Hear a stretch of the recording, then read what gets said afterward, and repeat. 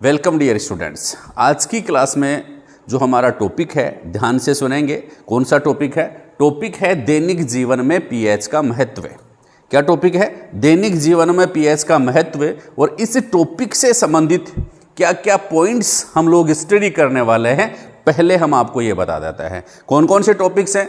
सजीवों पर पीएच का प्रभाव या सजीवों के जीवन पर पीएच का क्या महत्व है, उसकी चर्चा करेंगे। और इस टॉपिक के अंतर्गत बहुत बढ़िया टॉपिक जो है अम्लीय वर्षा, इसके बारे में आप लोगों को बताएंगे। दूसरा महत्वपूर्ण जो पॉइंट है वह है मिट्टी के पीएच का क्या महत्व है।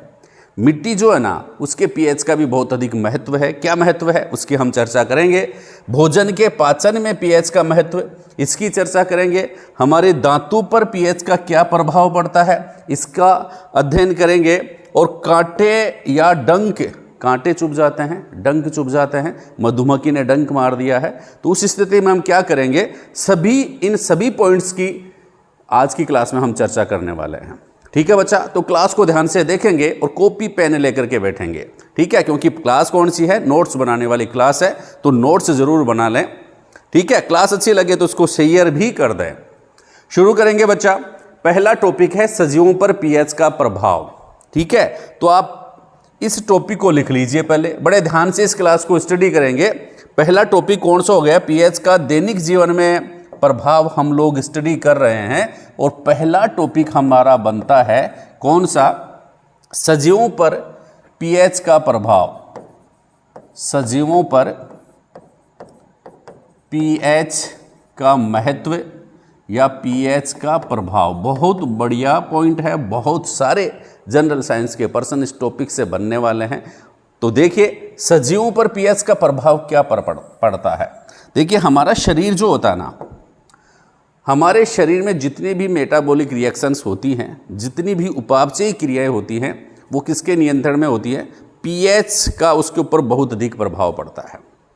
एग्जाम्पल बहुत सारे देखेंगे, लेकिन सबसे पहले उस पीएच परास की हम बात कर लेते हैं, जिस पीएच परास पर हमारा जो शरीर है वह बहुत उपयुक्त तरीके से कार्य करता है।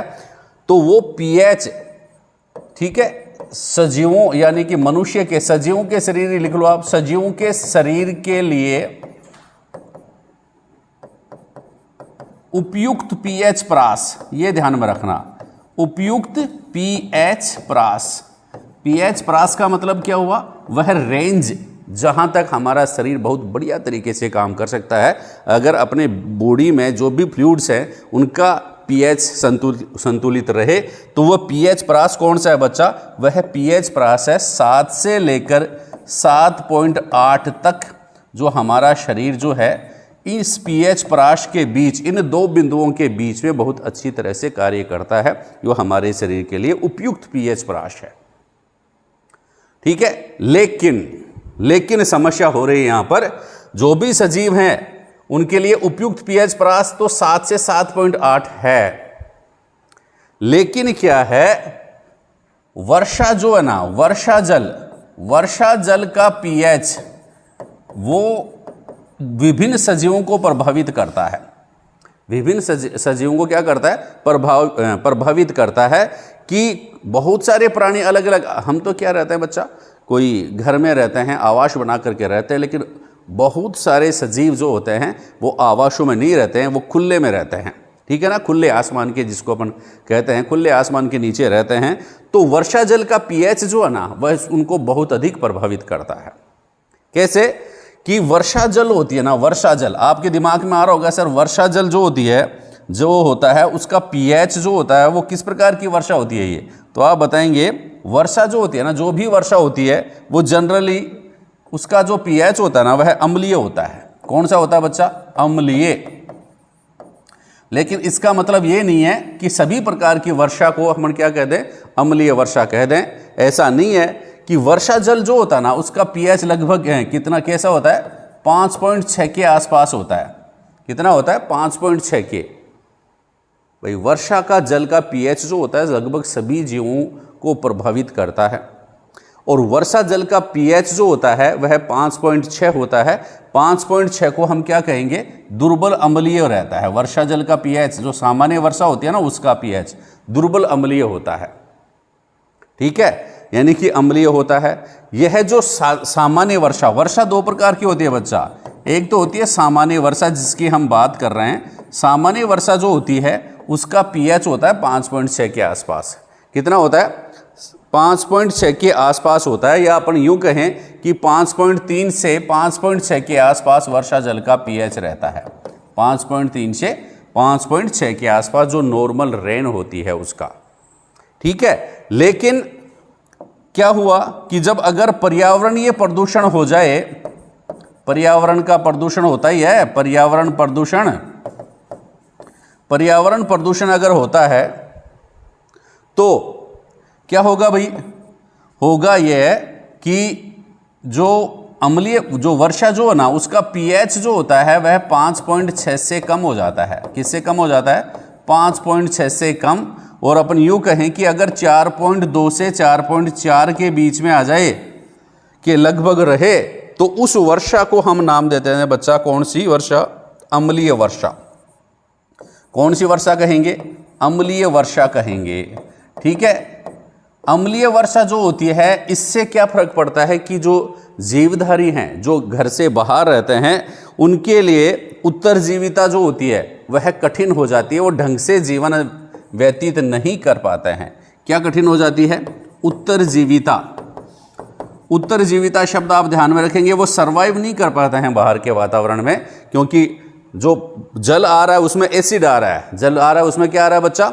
एसिड आ रहा है। और उस एसिड के कारण उस वर्षा जल का पीएच कितना हो गया है? 4.2 से 4.4, ठीक है। इस प्रकार की वर्षा को हम क्या कहते हैं बच्चा? अम्लीय वर्षा कहेंगे। क्या कहते हैं? अम्लीय वर्षा। ये सिंपल सी बात है। आप लोगों से पूछ ले कि भाई अम्लीय वर्षा क्या होती है, तो आप क्या बताएंगे अम्लीय वर्षा के बारे में? कि जब वर्षा जल का पीएच, क्या बताएंगे? अम्लीय वर्षा की डेफिनेशन लिख लीजिए। अम्लीय वर्षा भाई जनरली वैसे तो जो सामान्य वर्षा होती है ना वह भी अम्लीय होती है, लेकिन उस वर्षा को हम एसिडिक या एसिड रेन नहीं कहते हैं। अम्लीय वर्षा या एसिड रेन नहीं कहते हैं। समझ रहे हो बात को? जो सामान्य वर्षा होती है ना उसको अम्लीय वर्षा हम नहीं कहते हैं, क्योंकि उस वर्षा का पीएच कितना होता है? 5.3 से 5.6 के आसपास होता है। 5.3 से 5.6 के लगभग इसके आसपास होता है जो वर्षा होती है उसका। लेकिन अम्लीय वर्षा किसे कहते हैं? तो आप एक सिंपल सी डेफिनेशन लिखेंगे, ठीक है, आपकी बोर्ड की एग्जामिनेशन में और जनरल साइंस के हिसाब से भी। कौन सी क्या लिखेंगे? कि जब वर्षा जल का पीएच, जब वर्षा जल का पीएच, वर्षा जल या वर्षा के जल का पीएच किससे कम हो जाए? 5.6 से कम हो जाए, 5.6 से कम हो जाए, तो इस प्रकार की वर्षा को, तो इस प्रकार की वर्षा को क्या कहते हैं बच्चा? अम्लीय वर्षा कहते हैं। क्या कहते हैं? अम्लीय वर्षा कहते हैं। क्या कहते हैं? अम्लीय वर्षा कहते हैं भाई, ठीक है बच्चा। अम्लीय वर्षा क्या होती है? जब वर्षा के जल का पीएच कितना हो जाए? 5.6 से कम हो जाए, तो इस प्रकार की वर्षा को हम क्या कहेंगे? अम्लीय वर्षा कहेंगे। अब आपके दिमाग में आ रहा होगा सर ये तो क्या आंसर सही नहीं है, क्यों? क्योंकि 5.6 से कम तो कितना भी हो सकता है, तो एक कुछ ना कुछ रेंज तो होगी। तो हम बता देंगे इसके बारे में, इसका आंसर भी आपको। क्या भाई? कि वर्षा जल जो है उसका पीएच, जो अम्लीय वर्षा है, क्या बताएंगे? अम्लीय वर्षा, जो अम्लीय वर्षा है, अम्लीय वर्षा का जो पीएच जनरली 5.6 से कम होता है, लेकिन किसके लगभग होता है? लगभग 4.2 से 4.4 के बीच। अगर वर्षा के जल का पीएच 4.2 से 4.4 के आसपास रहे ना, तो इस प्रकार की वर्षा क्या कहलाती है? अम्लीय वर्षा कहलाती है। क्या कहलाती है बच्चा? अम्लीय वर्षा कहलाती है। ये बात आप ध्यान में रखना कि वर्षा के जल का पीएच 5.6 से कम हो जाए तो उसको हम अम्लीय वर्षा की श्रेणी में रखते हैं, लेकिन वास्तव में कौन सी अम्लीय वर्षा होगी? जिसका पीएच 4.2 से 4.4 हो। समझ लीजिए इसको, सिंपल सी बात है।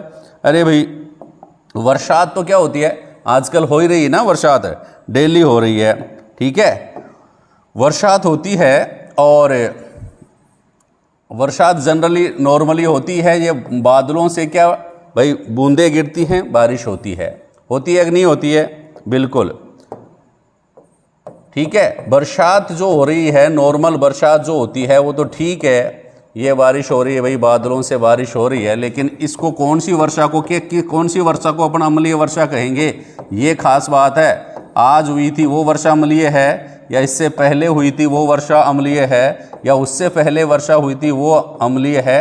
तो सीधी सी बात है, जो नॉर्मल वर्षात हो रही है ना, उसका पीएच तो होता है बच्चा कितना, 5.3 से 5.6।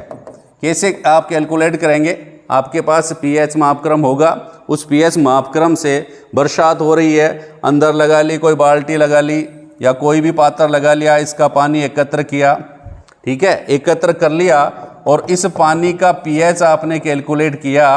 पीएच अगर 5.3 या 5.6 के आसपास है तो आप क्या कहेंगे, हम कहेंगे कि यह रेन जो हो रही है वह नॉर्मल रेन है, सामान्य वर्षा है, अम्लीय वर्षा नहीं है।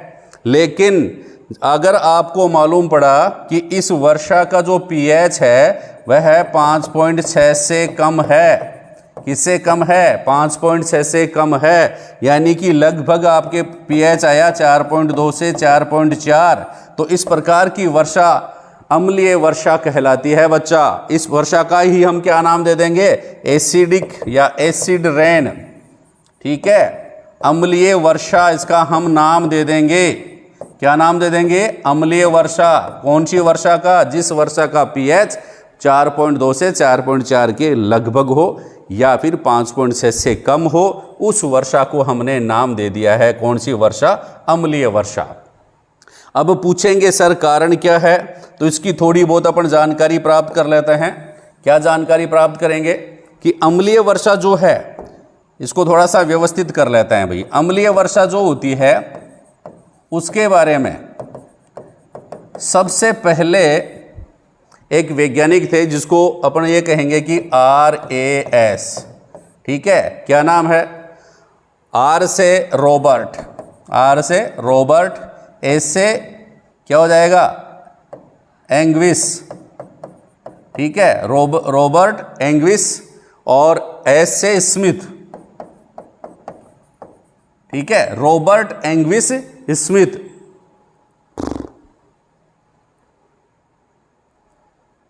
रॉबर्ट एंग्विस स्मिथ ने सर्वप्रथम 1852 में एक बात बताई भाई।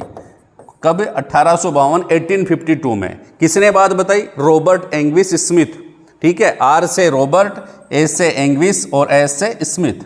इसने एक बात बताई कि इंग्लैंड में हुई भाई औद्योगिक क्रांति। कहाँ पर, इंग्लैंड में क्या हुई, औद्योगिक क्रांति हुई, और औद्योगिक क्रांति हुई तो वहाँ पर उद्योग धंधे लगे।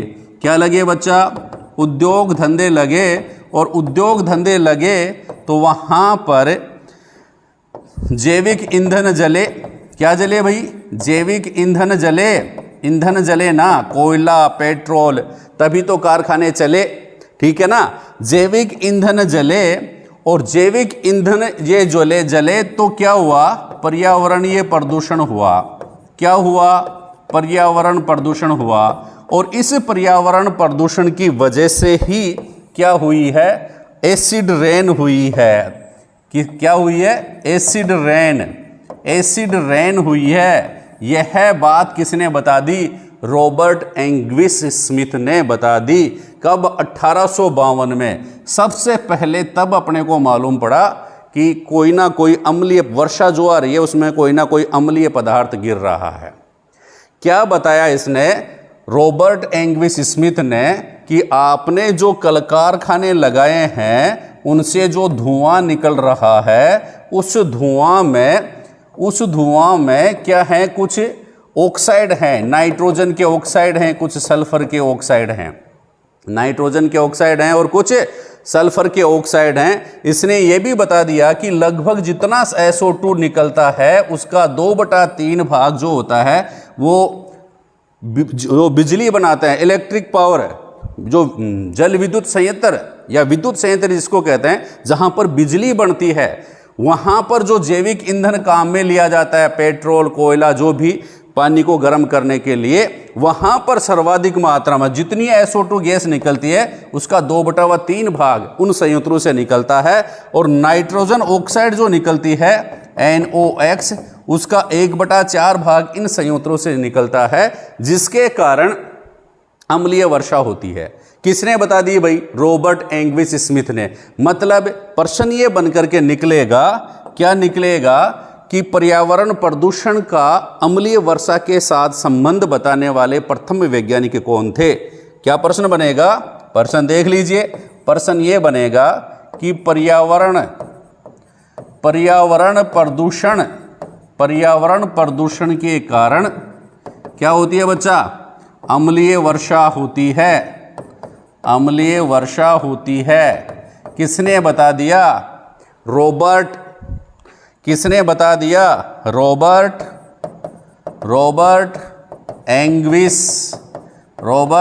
Anguish Smith. कब बता दिया? 1852 में। कब बता दिया? 1852 में। यह बता दिया कि पर्यावरण प्रदूषण के कारण अम्लीय वर्षा होती है। 1852 ने बता दिया। किसने बता दिया? रॉबर्ट एंग्विस स्मिथ ने बता दिया। और इसी ने, एक और प्रश्न बनता है यहां पर, बात वही है, कहीं आप 1852 पे टिक लगा दो, बात वही है लेकिन कुछ अलग है। क्या अलग है? कि रॉबर्ट एंग्विस स्मिथ ने इस प्रकार की वर्षा जो हुई पर्यावरण प्रदूषण के कारण, इस प्रकार की जो वर्षा हुई उसके लिए एक टर्म काम में लिया। कौन सा टर्म काम में लिया? Acid rain. पूछ ले, एसिड रेन टर्म सबसे पहले किसने दिया?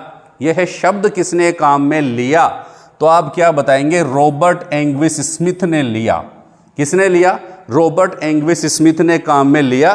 लेकिन क्या डिफरेंस यहां पर आपको नजर आएगा? यहां पर 1872 आपको बताना पड़ेगा। 1872 में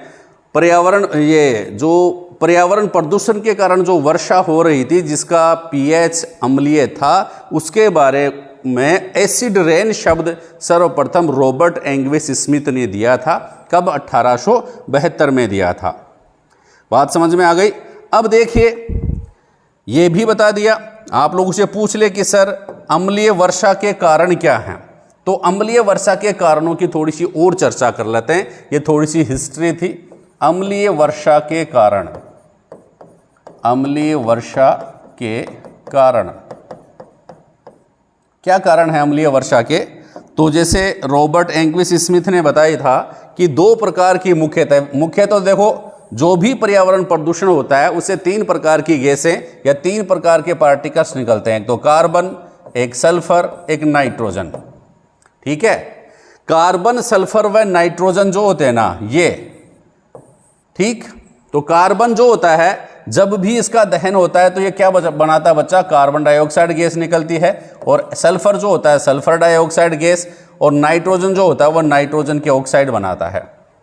ठीक है? ये सारे जो धुएं में होते हुए वाहनों से निकलते हुए, ठीक है, वाहनों से निकलते हैं। कोई, जैसे मैंने सब बताया कि आपको कि सल्फर जो होता है, सल्फर डाइऑक्साइड गैस, इसका 2/3 भाग विद्युत संयंत्रों, जो विद्युत संयंत्र हैं उनके द्वारा उत्सर्जित होता है या उनके द्वारा निष्कासन होता है। उनके द्वारा जो धुआं निकलती है ना, उसमें सल्फर डाइऑक्साइड गैस होता है। और सल्फर डाइऑक्साइड जितना पर्यावरण में है उसका 2/3 इन संयंत्रों से निकलता है।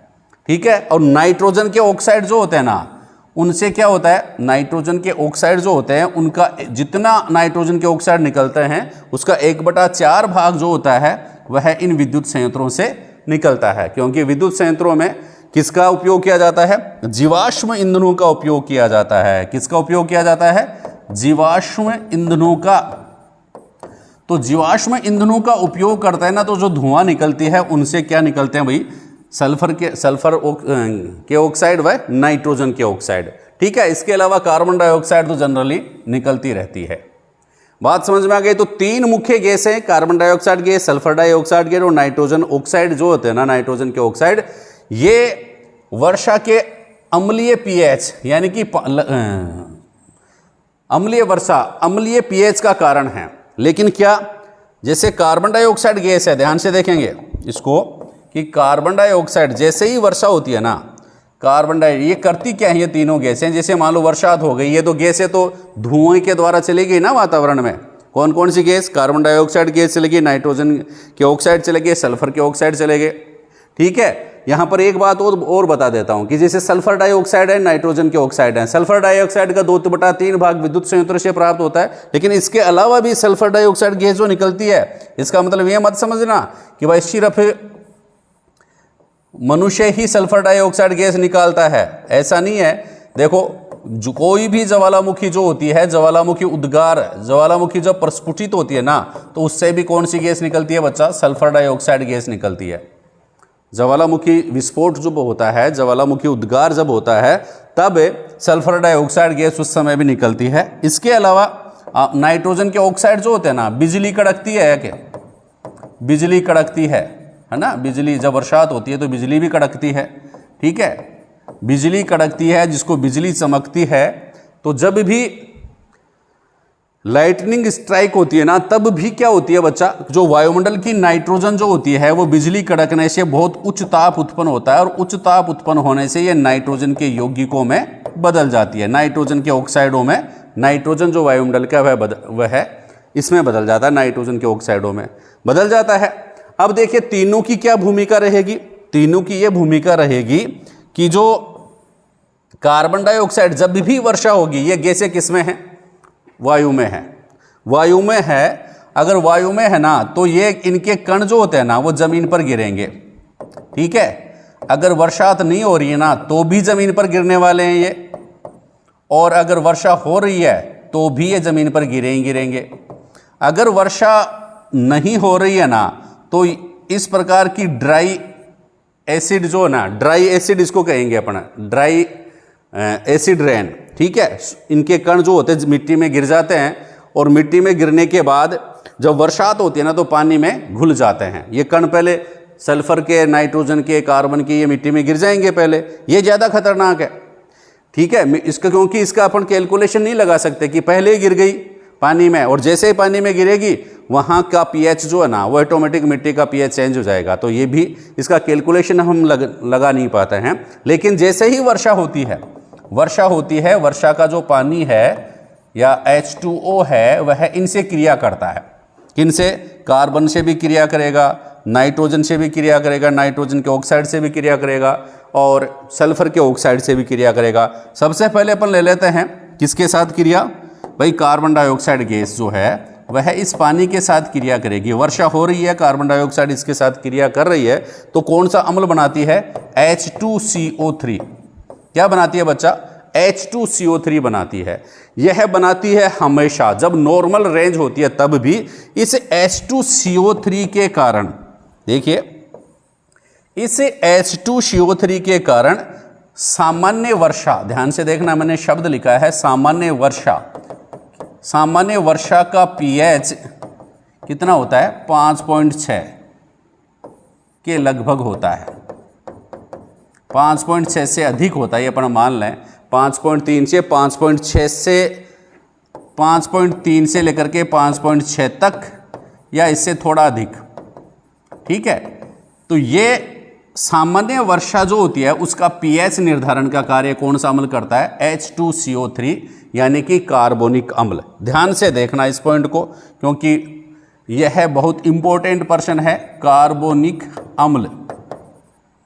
ठीक है, क्या इंपॉर्टेंट पॉइंट हो गया, पॉइंट ये हो गया, आप लोगों से पूछ ले कि नॉर्मल रेन हो रही है, अम्लीय वर्षा नहीं है, तो अम्लीय वर्षा नहीं है, सामान्य वर्षा है, उसका पीएच निर्धारण किसके द्वारा होता है, उसका अम्लीय पीएच किसके कारण होता है।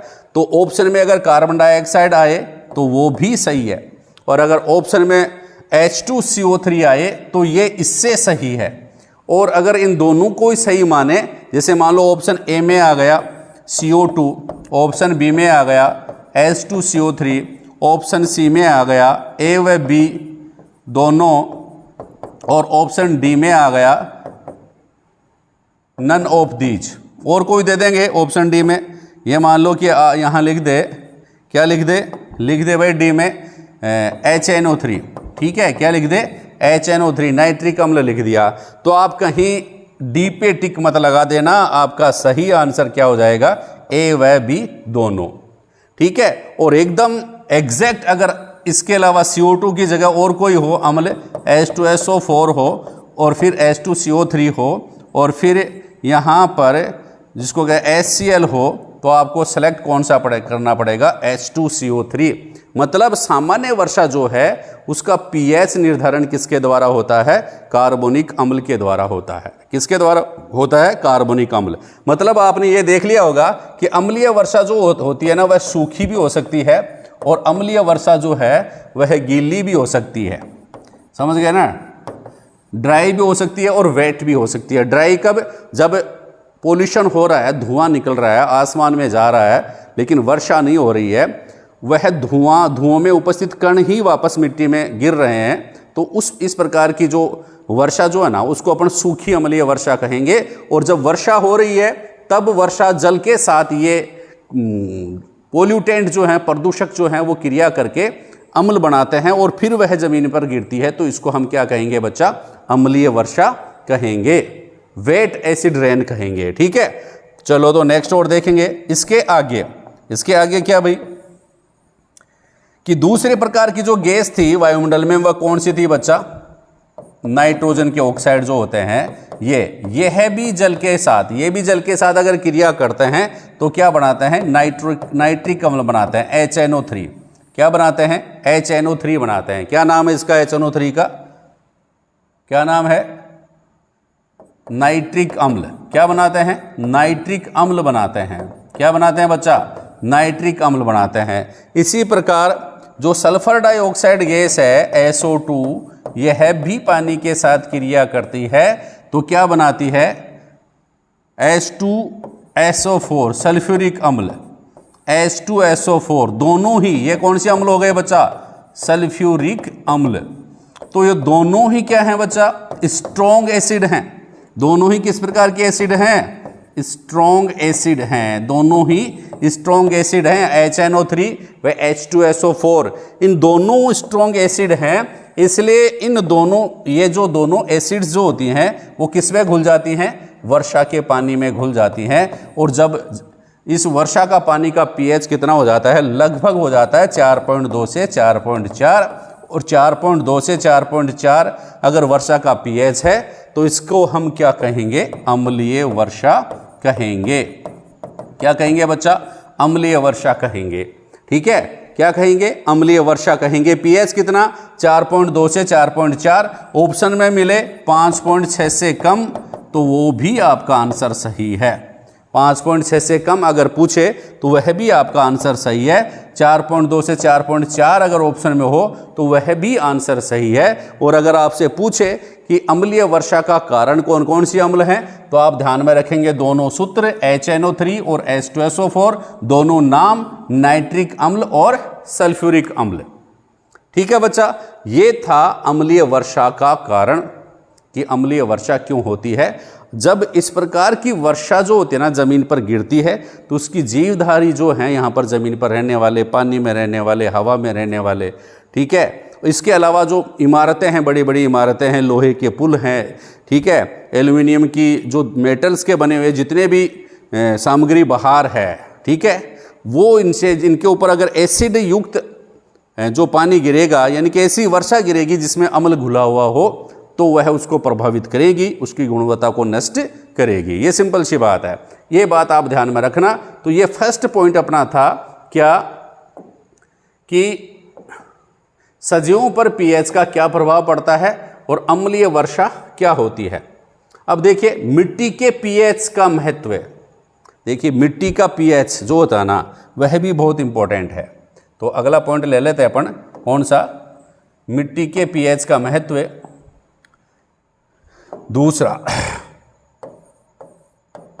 मिट्टी के pH का महत्व। देखिए जितने भी फसलें हैं या जितने भी पौधे हैं, वो अलग अलग pH की मिट्टी उसके लिए उपयुक्त होती है। कुछ एग्जाम्पल लेते हैं, देखिए कुछ एग्जाम्पल लेंगे। यहाँ पर pH है, ठीक है, किसका, मिट्टी का। अब कौन से पीएच पर कौन सी फसल ज़्यादा ग्रो करती है उसकी अपन चर्चा करेंगे। सबसे पहले अपन बात करते हैं किसकी भाई, गेहूं की फसल। किसकी बात करें, गेहूं की फसल जो होती है, अगर आपको इसकी उत्पादकता बढ़ानी है, गेहूं की फसल, किसकी फसल बच्चा, गेहूं की फसल, तो गेहूं की फसल का पीएच अगर उस मिट्टी का 6.4 के आसपास है ना, तो ये फसल जो होती है बहुत अच्छी उत्पन्न होती है और गेहूं जो होते हैं उसकी उत्पादकता में बढ़ोतरी होती है। तो गेहूं की स्वस्थ फसल के लिए मिट्टी का पीएच कितना होना चाहिए, 6.4 होना चाहिए। ठीक है। इसके अलावा अगर आप लोगों से पूछे कि बाजरे की फसल जो है उसके लिए, बाजरे की फसल जो होती है ये थोड़ा सा टॉलरेंट कर जाती है। ठीक है। इसके अगर मिट्टी का पीएच 5.5 5.5 से 7.5 तक है तो बाजरे की फसल भी अच्छी रहेगी। इससे कम और इससे ज़्यादा अगर पीएच होता है तो बाजरे की फसल जो है वह अच्छी या स्वस्थ नहीं होगी, उत्पादकता कम होगी बच्चा, 5.5 से 7.5 के आसपास। फिर अपन बात करें मूंग।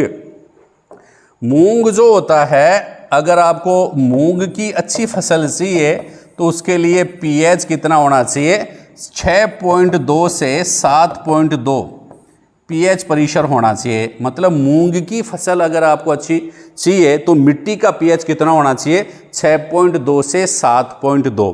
कितना होना चाहिए, 6.2 से 7.2।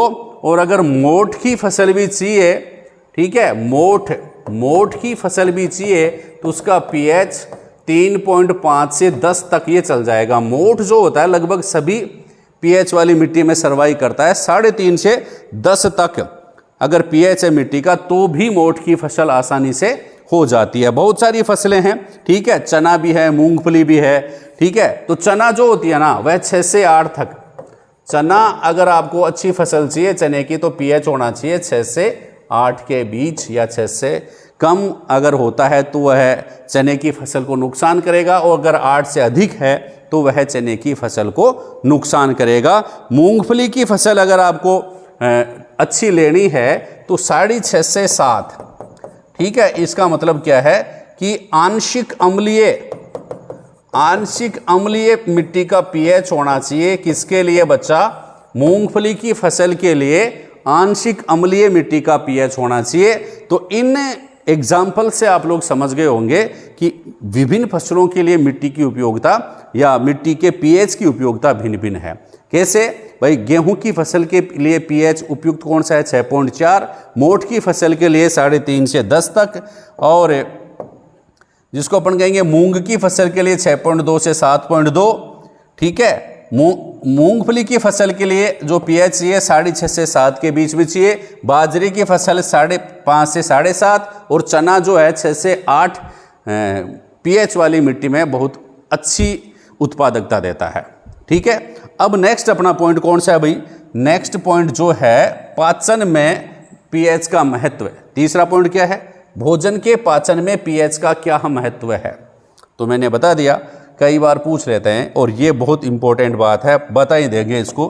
भोजन के पाचन में पीएच का महत्व, भोजन के पाचन में पीएच का महत्व। देखो, अपने सबसे पहली बात है पाचन जो होता है, देखो भोजन के पाचन में पीएच का बहुत महत्व है। और सबसे खतरनाक पोजीशन तब आती है जब अपने पेट में जलन होने लग जाती है, खट्टे डगारे होने लग जाती है। अगर आपको पीएच का पता नहीं होता ना तो आप डॉक्टर्स के पास जाते हैं कि सर दवाई लिख दो, हमारे पेट में क्या हो रही है, जलन हो रही है। तो भोजन का पाचन ठीक से नहीं हो रहा है। भोजन के पाचन में भी पीएच की बड़ी महत्वपूर्ण भूमिका है। क्या भूमिका है, देखिए सबसे पहले अपन भोजन का पाचन कहाँ होता है, आहार नाल में। तो सबसे पहले अपन मुख में पाचन करते हैं। किसमें, मुख में पाचन। मुख में भोजन का इतना पाचन नहीं होता, लेकिन आंशिक पाचन होता है, आंशिक पाचन होता है। और मुख में भोजन का पाचन जो होता है ना लगभग 6.7 पीएच पर होता है। ठीक है, 6.7 पीएच पर होता है। आंशिक अम्लीय, क्या आंशिक अम्लीय, क्यों, क्योंकि भोजन जो होता है उसमें जब लार मिलती है ना, ठीक है, तो लार का पीएच कितना होता है, 6.7 होता है लगभग। ठीक है, कितना होता है 6.7 pH पर मुख में पाचन होता है। फिर अपन बात करेंगे अमाशय। ठीक है, कहाँ पर भाई, अमाशय। और अमाशय में किस प्रकार का माध्यम होता है, अम्लीय माध्यम। कौन सा माध्यम होता है बच्चा, अम्लीय माध्यम होता है। अमाशय में कौन सा माध्यम होता है, अम्लीय माध्यम होता है। और इस अम्लीय माध्यम में अगर भोजन का जो अम्लीय माध्यम है, इसका मतलब यहाँ पर क्यों होता है भाई अम्लीय माध्यम, क्योंकि अमाशय में एक दीवार जो होती है अमाशय की, उससे जठर रस स्रावित होता है। कौन सा रस स्रावित होता है, जठर रस स्रावित होता है। और इस जठर रस में एक अम्ल पाया जाता है, हाइड्रोक्लोरिक अम्ल। कौन सा अम्ल, हाइड्रोक्लोरिक अम्ल पाया जाता है।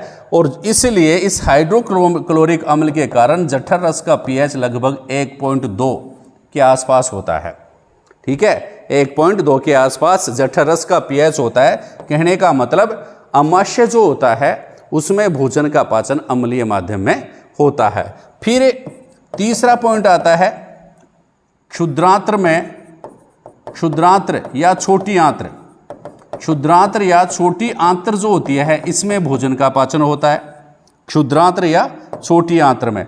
तो भोजन का अच्छी तरह से पाचन, या अपन ये कहेंगे भोजन का पूर्ण पाचन जो होता है कहाँ पर होता है बच्चा, क्षुद्रांत्र में होता है, छोटी आंत्र में होता है। और यहाँ पर जो भोजन का पाचन होता है कौन से माध्यम में होता है, क्षारीय माध्यम में होता है। कौन से माध्यम में होता है, क्षारीय माध्यम में। ये बात आप ध्यान में रखना। मुख में पाचन आंशिक अम्लीय माध्यम में, अमाशय में पाचन अम्लीय माध्यम में, और क्षुद्रांत्र में पाचन क्षारीय माध्यम में। अब अपने को इसमें क्या ध्यान में रखना है कि कभी कभी क्या होता है, कब्ज या एसिडिटी जब होती है, यानी कि अपच की स्थिति जब होती है, उस समय अमाशय में जलन व दर्द का अनुभव होता है।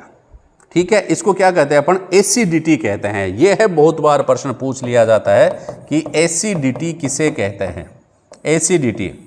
ठीक है, तो क्या लिखेंगे, अपच की स्थिति में, अपच की स्थिति में, अपच की स्थिति में अमाशय की दीवारों द्वारा, अमाशय की दीवारों द्वारा, अमाशय की दीवारें जो है उसके द्वारा अधिक मात्रा में, अधिक मात्रा में, अमाशय की दीवारों द्वारा अधिक मात्रा में क्या स्रावित किया जाता है, अधिक मात्रा में HCl स्रावित किया जाता है। कौन सा अम्ल, हाइड्रोक्लोरिक अम्ल, HCl स्रावित किया जाता है। स्रावित अधिक मात्रा में कर दिया जाता है। क्या लिखेंगे कि अपच की स्थिति में अमाशय की दीवारों द्वारा अधिक मात्रा में HCl हाइड्रोक्लोरिक अम्ल स्रावित कर दिया जाता है, जिससे अमाशय में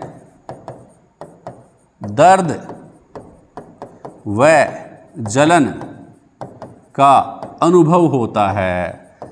दर्द होता है, जलन होती है, अनुभव होता है। भैया ये जो लक्षण अगर आपको दिख गए ना, तो इसे ही हम क्या कहते हैं, एसिडिटी कहते हैं। इसे ही हम एसिडिटी या क्या कहते हैं, अम्लता, एसिडिटी या अम्लता कहते हैं। ठीक है बच्चा, एसिडिटी या अम्लता कहते हैं। अब आप कहेंगे सर आपने बता दिया एसिडिटी तो इसे कहते हैं, लेकिन इसका निवारण कैसे करें, इसको दूर कैसे करें। तो एसिडिटी दूर करने के लिए भी अपने को pH का ध्यान में रखना पड़ेगा। क्या ध्यान में रखना पड़ेगा, अपने को मालूम पड़ गया कि यार अमाशय में कौन सा क्या स्रावित हो रहा है, अम्ल स्रावित हो रहा है। क्या स्रावित हो रहा है, अम्ल ज़्यादा मात्रा में स्रावित हो गया। कितनी मात्रा में, ज़्यादा मात्रा में।